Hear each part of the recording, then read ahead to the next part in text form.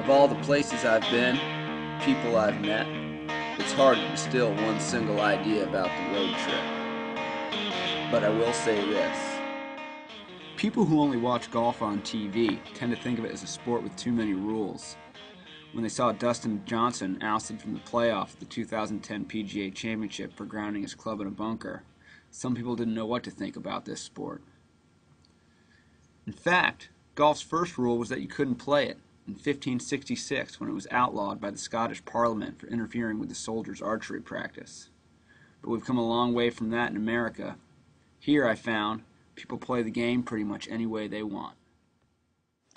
And I'm not talking about the difference between an ultra-private place like the Vineyard Club that gets 7,000 rounds a year, or America's busiest municipal course, El Rancho in LA, that sees over 130,000 rounds a year. It goes way deeper than that.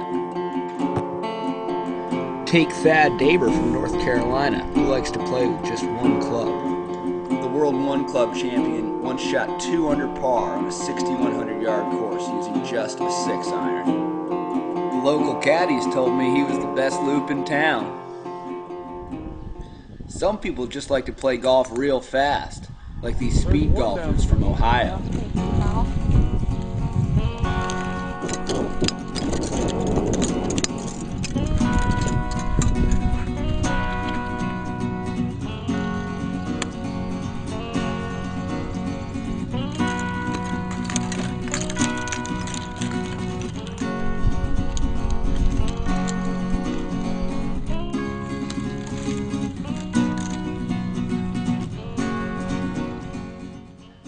We ran and carried our bags and played 18 holes in an hour and 14 minutes.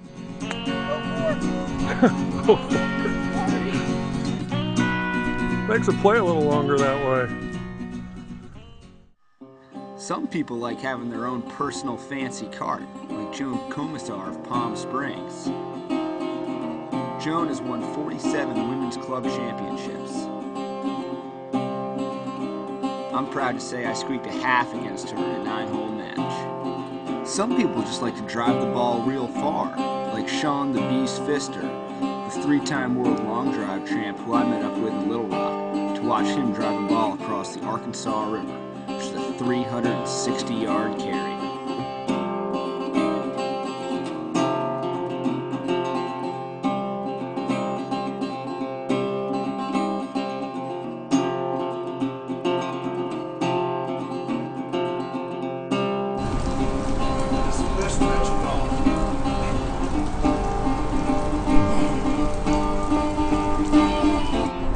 Ball across the river, especially at President Clinton's library.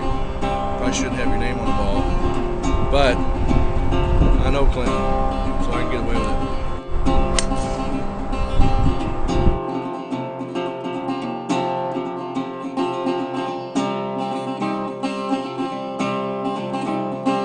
it. It took a few tries, but he did it. The guys that come down here and hit it over this river, but you put them under the lights, the camera's on, and a crowd behind you, and they freeze up and sweat. They swing out of their comfort zone, and that's where you separate the men from the boys. people just like to play old school, like with hickory shafts and gutta-percha balls at Oakhurst Links in West Virginia.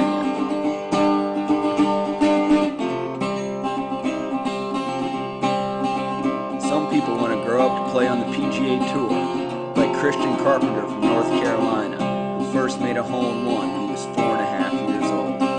He says it's his first memory. What a way to come into the world.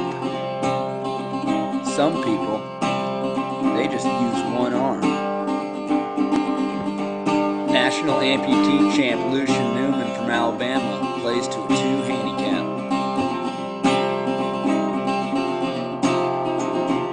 Some people like to play for a lot of money, like professional poker player Eric Lindgren from Las Vegas.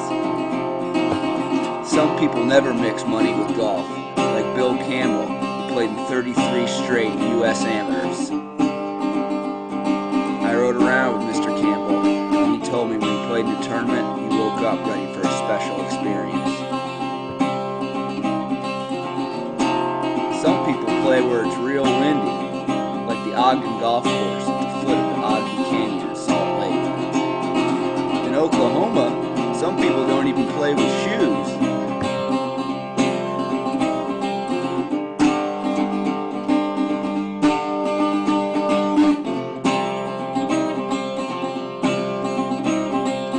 Some people are real good and practice all the time. Trying to qualify for the U.S. Open in Florida, you find out that pretty good isn't good enough.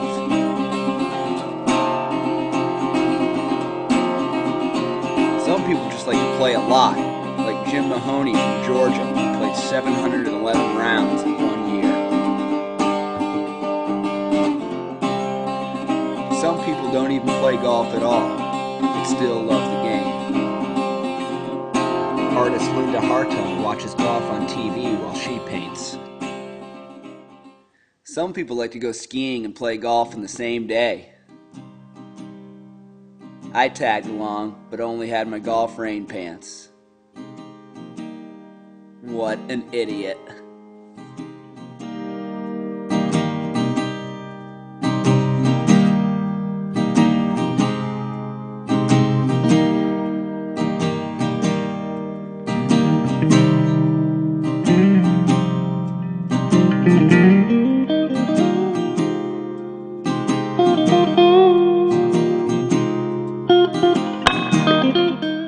Some people just like to play with their son or their spouse. Some people, they just like to teach, like Ari Ball, age 99, the only living contestant from the first Masters in 1934.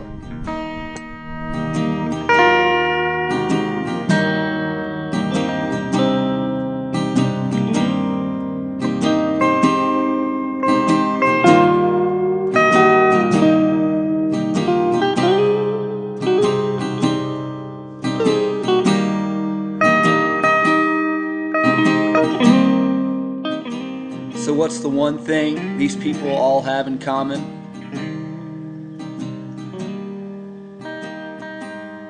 They all read Golf Digest. These are our readers.